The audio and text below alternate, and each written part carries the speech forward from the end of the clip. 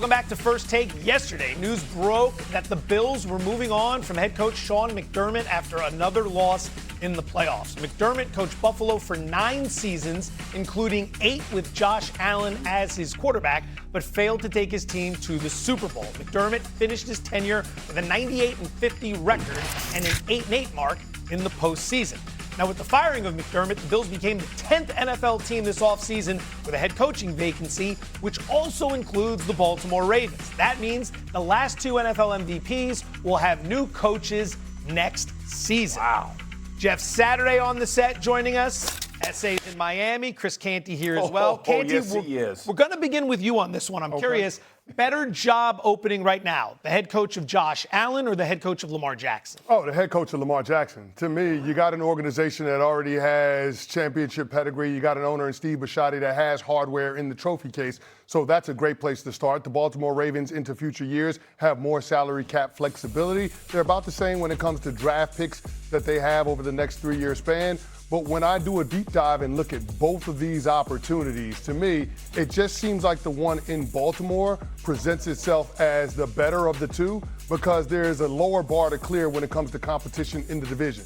The New England Patriots with Drake May and Mike Vrabel ain't going nowhere. Conversely, the lone survivor in the AFC North when it comes to head coaches is Zach Taylor, and he's going into the final year of his contract. So I just feel like if you're the head coach of the Baltimore Ravens, there is a better opportunity for you to have division supremacy than with the Buffalo Bills. And, of course, we all know that winning your division is the most surest path to being able to punch your ticket to the postseason. Stephen A., do you see it the same way? Go ahead, Sergeant. No.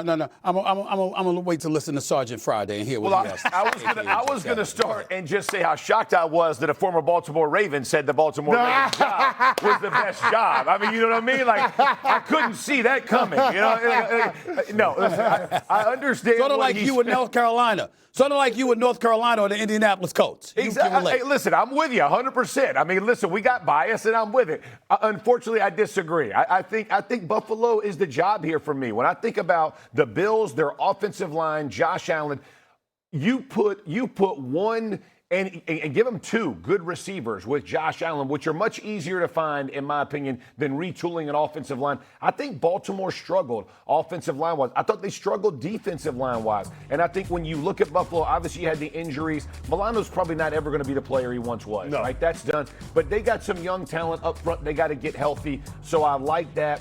And this is the first year, honestly, I thought Buffalo's defense didn't improve as the season went on, right? They kind of stayed flat. They really weren't who you expected them to be. Ultimately, probably what ended up costing Sean McDermott his job, right, is that they kind of couldn't get over the hump. But when you look at Josh Allen and where they are, I think that James Cook, with him, with the offensive line, with their ability now, the Patriots is a good point, and I will say it's an interesting point. They also had the easiest schedule in the NFL, and they took full advantage of it, which I respect. But you and I both know that schedule going from that to the one is going to make it much more difficult for the Patriots. Now, I love Drake May. He's a target. I'm about to say, are you fading Mike Vrabel and Drake May? Absolutely not. Where are we going with this, But I'm just saying, don't act like that's going to be a cakewalk, right? Like, just walk it. Buffalo has a good team that they can put up a competition against the Patriots. So I'm leaning that way with the Buffalo Bills. Stephen A. Well, Sergeant Friday is wrong. No surprise there. Oh, my goodness. We're accustomed to see. We're accustomed to seeing walk out. Listen, here's the deal, y'all. Listen, when we look at the Buffalo Bills, right? You know, obviously their run defense was horrid. They got to improve that. Obviously, they got to improve their receiving corps. And I'm holding that against the GM who ultimately gets promoted to president on the day he fires the head coach, okay, as if he did his job, which just blows me away. Go get Jalen Waddle. Get him before the NFL trading deadline, and guess what? You might still be playing this week. How you missed that one, okay? I mean, and listen, if they're asking for some stuff and you absolutely positively cannot give it, that's something different. But to sit up there and to know that the Miami Dolphins wanted a first-round pick in 2026, and you holding out because you wanted to give it up in 2027. Now, what kind of damn sense does that make? Is tomorrow guaranteed? Anything could happen to Josh Allen. You don't do that. When you have an opportunity, you capitalize off of it. I'm not saying Bean should have been fired. I'm not saying he's some awful executive or anything like that. That's not what I'm saying. What I'm saying is that McDermott's a hell of a coach. They went to the playoffs the last 7 years, okay? They've been to a couple of AFC title games. The only reason they didn't go to a Super Bowl was because Patrick Mahomes was standing in their way along with Andy Reid. And for him to be going and Bean to still be there, as far as I'm concerned, they both stay or they both go. Agreed. Even though Bean obviously didn't hire McDermott, and Bean ultimately probably wants his own guy. I just don't like it. And that would be one of the factors that resonates with me, because I think McDermott was scapegoated, and I wouldn't want to work for somebody like that. That's number one.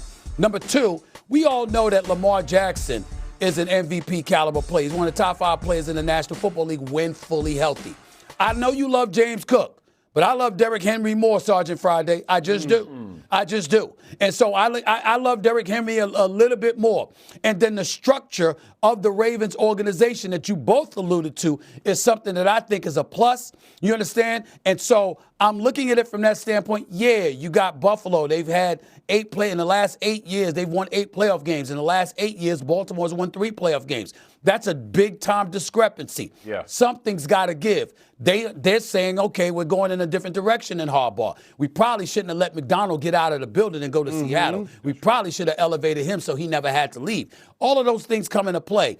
But in the end, I think Baltimore is a better situation because I think Bean has given you cause to pause and raise your eyebrow about what's going on in Buffalo. And we don't have such things to consider in Baltimore. Yeah, you know what? I will say that is a great point about Bean. Here is my only kind of pushback on the Bean thing, is if depending on who they bring in, I will be interested if this comes down to the Liam Cohen deal in Jacksonville, where the head coach that they want walks in and goes, hey, I can't do it this way. You know what I mean? Because at the end of the day, you make a great point. And honestly, I'm pretty sure McDermott was part of the hiring process for Bean, right? Like they had Whaley first. Bean was there first. Oh, he was before McDermott. Bean was before McDermott. Okay. I thought it was McDermott and Whaley first. No. And then, so I didn't realize. I thought it was the other way. To highlight the Bean point, all right, since Josh Allen came into the league in 2018, he's played 8 seasons.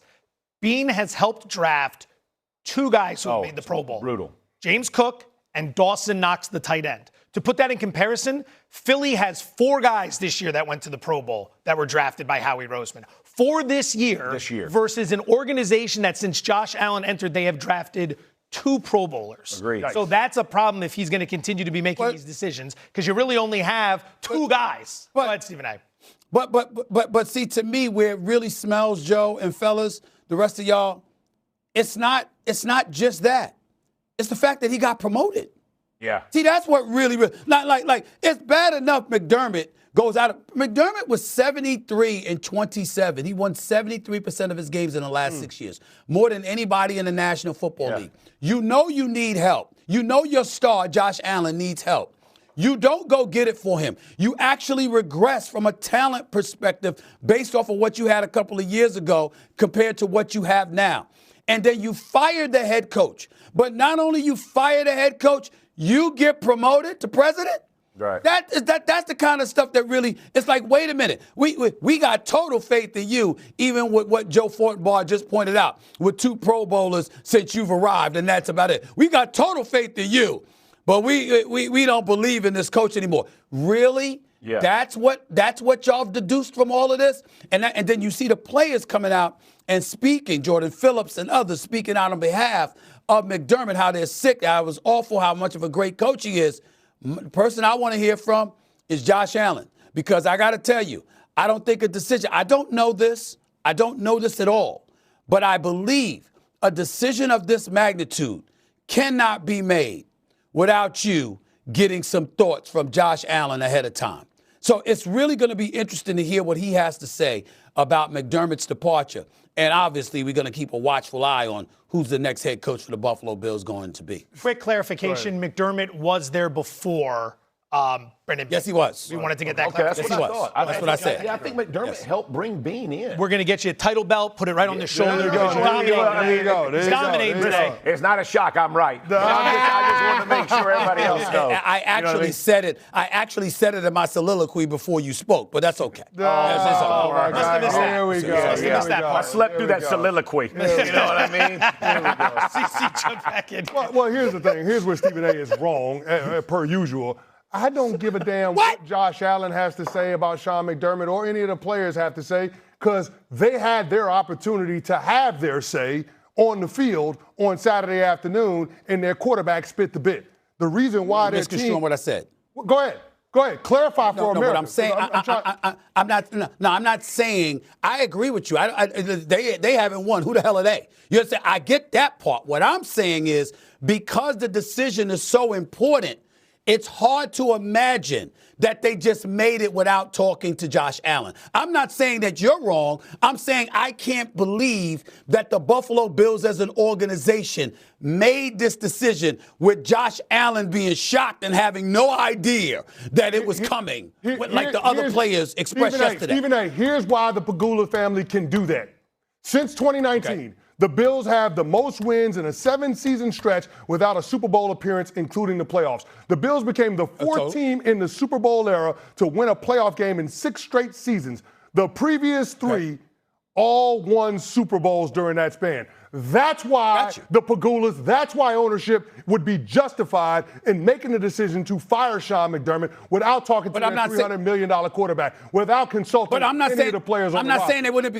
I'm not saying they wouldn't be justified. I'm saying, knowing what you know about football and how organizations operate, I'm asking you, do you believe that the Buffalo Bills made that decision and Josh Allen never saw it coming and he's totally shocked and had nothing to do with the decision whatsoever? Do you believe that? That's what I'm asking. Stephen A., Stevie Wonder could see this coming. If Sean McDermott did not go on a deep playoff run this year with no Burrow, no Lamar, no Mahomes in the postseason, if you lose to the upstart Denver Broncos with second-year quarterback Bo Nix in the fashion that you did, where the best player on the planet ain't even the best quarterback on the field, changes have to be made. This is a production business. It's all about the results. This ain't 7th grade math class where you get credit for showing your work. It don't matter. So the abundance of dudes that were injured, combined with the fact that you didn't give him the requisite weapons that he needed. I'm talking about Bean. I'm saying all of that goes out the window.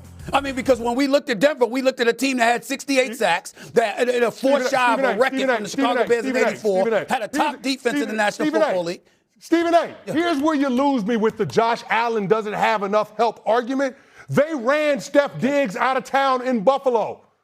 Josh Allen, the player that we know him now, he didn't start becoming that until they traded for Steph Diggs from Minnesota. They ran him out of Buffalo as addition by subtraction, ends up being addition by addition for the New England Patriots. How'd Steph Diggs look on Sunday against the Houston Texans? You can't argue that Josh Allen don't have enough help when they ran help out of town.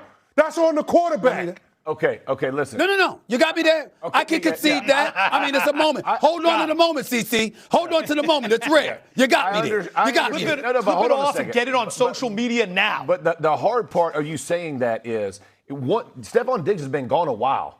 Like, at some point, you have to replenish the room. They have not replenished the room. They missed that. Coleman didn't become what they should have become. Their tight ends and their running backs were the guys they were throwing the ball to. If you look at Josh Allen's touchdown and interception ratio to receivers, it's bad. They had an opportunity to fix a problem that Bean did not address. And listen, even in preseason, he always mocked the position of, we don't need anybody at that position. You and I both know, at the end of the day, you have to have a dude at receiver. At least one dude. They did not have one. Jeff. And listen, Stephon Diggs been gone, y'all. You had an opportunity at the trade deadline to benefit your team, knowing your defense wasn't going to carry the weight. Jeff, I can't give you that. Jeff, I watched the game on Saturday.